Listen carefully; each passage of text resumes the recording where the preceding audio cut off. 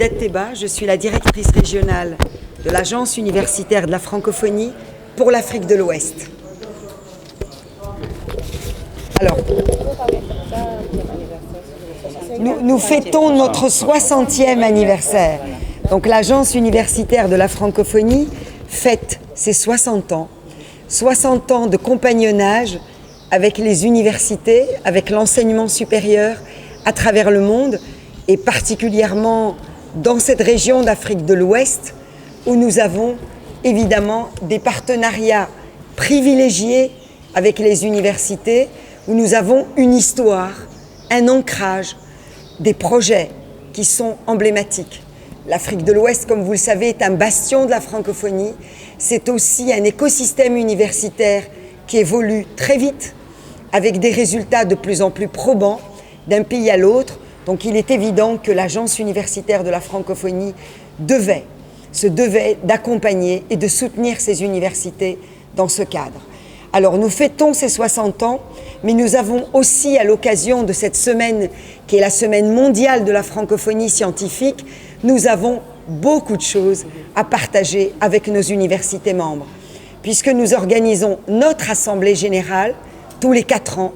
Et donc c'est l'occasion aussi de rassembler nos membres pour voter pour nos instances, puisque nous sommes une association.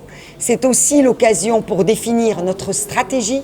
C'est aussi l'occasion, suite à une consultation mondiale que nous avons effectuée à l'échelle de toutes les universités, donc sur 120 pays dans le monde, c'est aussi l'occasion de présenter le livre blanc dans lequel nous faisons une synthèse de l'ensemble des apports et des contributions de nos membres donc à ce travail collaboratif, collectif qui a été fait pour réfléchir sur le devenir de l'enseignement supérieur francophone à travers le monde. Voilà. Vous célébrez la semaine mondiale de la francophonie scientifique dans un contexte marqué par une pandémie de Covid-19. Maintenant, quel rôle devrait jouer les universités francophones dans de pareilles situations? Effectivement, merci pour cette question. Nous sommes en pleine pandémie. C'est d'ailleurs la raison pour laquelle nous avons souhaité que ces grands événements aient lieu en bimodal. Nous sommes en présentiel à Dakar parce que nous avons la chance de pouvoir réunir l'ensemble de nos présidents, de nos recteurs d'Afrique de l'Ouest ensemble à Dakar. Mais il est évident qu'une grande partie de ces événements donc, va se dérouler en ligne à partir de Bucarest, qui est le point focal où se déroule l'Assemblée générale. Alors que fait-on en pleine pandémie? Eh bien, en pleine pandémie, nous soutenons nos universités pour renforcer notamment cette dimension fondamentale qui est celle de leur transformation numérique.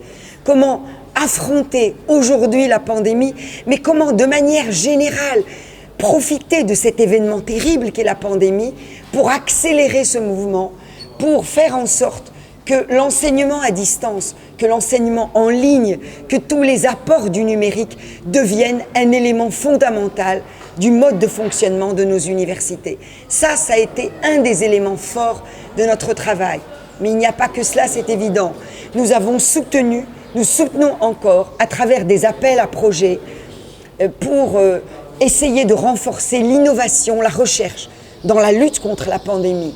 Et nous avons reçu, à travers un engouement extraordinaire, nous avons reçu des centaines de réponses à cet appel à candidature, de cet appel à projet que nous avons engagé avec les chercheurs, avec les universités, donc pour répondre à travers des respirateurs, à travers une multitude donc de projets de recherche pour répondre à cette pandémie de Covid-19. Il y a beaucoup d'universités qui se sont illustrées, et non seulement beaucoup d'universités, mais beaucoup de jeunes chercheurs. Et je voulais souligner la créativité de nos chercheurs, la créativité donc de ces jeunes chercheurs, parce que nos appels à projets essayent aussi de renforcer ce travail des jeunes, parce que c'est là où réside l'avenir de la recherche dans l'écosystème universitaire ouest-africain. Pourquoi la science? Pourquoi de la science? Pourquoi la science? Mais parce que la science est le moteur du développement. Et c'est la raison pour laquelle, à travers un projet emblématique que nous avons engagé avec 4 pays, le Bénin, le Togo, le Sénégal et le quatrième, le Burkina Faso. Merci. Le Burkina Faso, nous soutenons un élément fondamental et qui manque dans nos pays, c'est l'articulation entre la recherche et le monde socio-économique. Aujourd'hui, pour que la recherche devienne un moteur de développement, il faut absolument créer les relais nécessaires entre le monde économique et le monde académique. Et ce projet qui s'intitule Variwa, qui est soutenu par l'Union européenne, vise à cela. Pour revenir sur les perspectives, la prochaine étape après ce 60e anniversaire. Les perspectives après ce 60e anniversaire, c'est la stratégie pour les 4 prochaines années. Et cette stratégie, elle a des objectifs extrêmement clairs qui portent notamment, comme je vous l'ai dit, sur la transformation numérique des universités et sur l'élément moteur aujourd'hui pour l'AUF, l'employabilité des jeunes. Aujourd'hui, avoir des diplômes, c'est important. Améliorer la qualité de nos formations, c'est essentiel. Mais l'employabilité est au cœur aujourd'hui de nos préoccupations, notamment dans cette région du monde. Et c'est la raison pour laquelle l'AUF, à travers des centres d'employabilité qu'elle crée pratiquement dans tous les pays où nous sommes présents, nous souhaitons promouvoir cette employabilité des jeunes et renforcer les actions que nous menons donc avec nos universités. Privilégiés et des partenaires cibles. C'est-à-dire, tous les programmes dont elle a parlé, nous sommes bénéficiaires de ces programmes. Et nous soutenons donc l'AUF dans surtout ce nouveau programme de l'employabilité des jeunes. Et il est vrai que au sein des universités, nous avons beaucoup fait de l'enseignement, beaucoup fait de la recherche.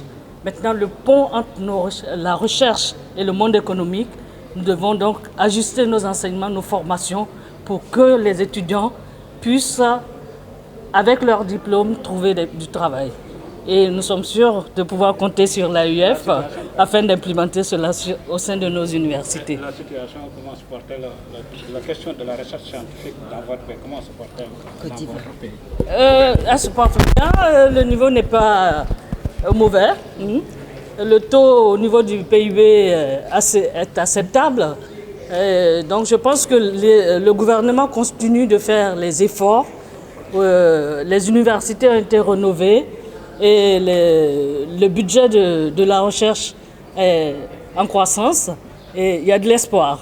Avec le soutien de nos partenaires. Le nombre de personnes est en hausse ou bien? Oui, bien sûr, en hausse. Nous sommes en période de recrutement et chaque fois il y a de l'engouement. Voilà. Merci. Voilà.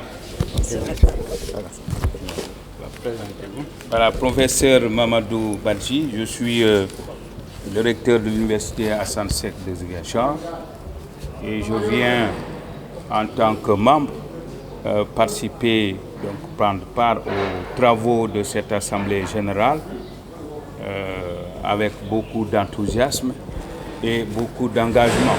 Vous savez que je suis une jeune université, mais l'université, c'est l'université parce qu'il y a des valeurs communes que nous partageons au-delà de la langue. Tout à l'heure, il a été question, et beaucoup question, de ce que, et je pense que c'est le lieu de le faire savoir, nous sommes avec cette Assemblée générale dans le cadre d'une semaine de la francophonie scientifique. Cela veut tout dire. Tout à l'heure, vous posez la question de savoir pourquoi la science, mais c'est la science qui nous permet de nous relier à Dieu.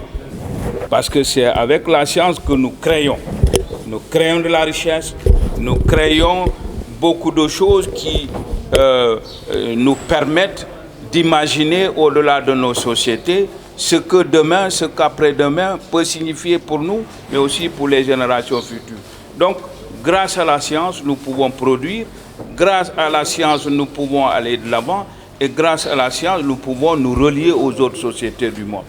Et donc, nous essayons à travers la langue qu'est le français de pouvoir interpréter, de pouvoir analyser, de pouvoir traduire et de pouvoir communiquer les résultats de la recherche scientifique au-delà de nos pays, au-delà de nos régions.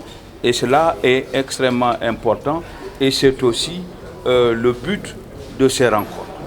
Vous dites que vous utilisez une nouvelle université qui est l'université Assane Seck de Ziguinchor. Ce n'est pas une nouvelle université. Ce que je veux dire, c'est non, je dis c'est une jeune université. C'est tout à fait différencié. C'est ce qu'on appelle, nous, c'est ce que nous appelons une université d'implantation.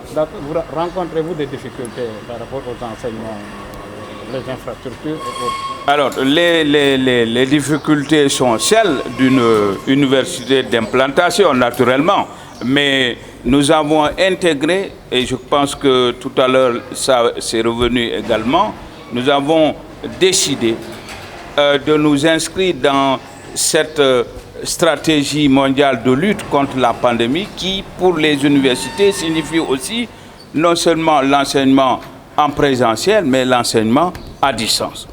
Et ça, c'est quelque chose qui paraît, dans le contexte actuel, important, je peux même dire innovant, dans la mesure où l'économie du savoir aujourd'hui ne repose pas sur l'accumulation de connaissances tirées des livres, mais aussi de ce que la toile permet, l'enseignement et le développement numérique permet de développer.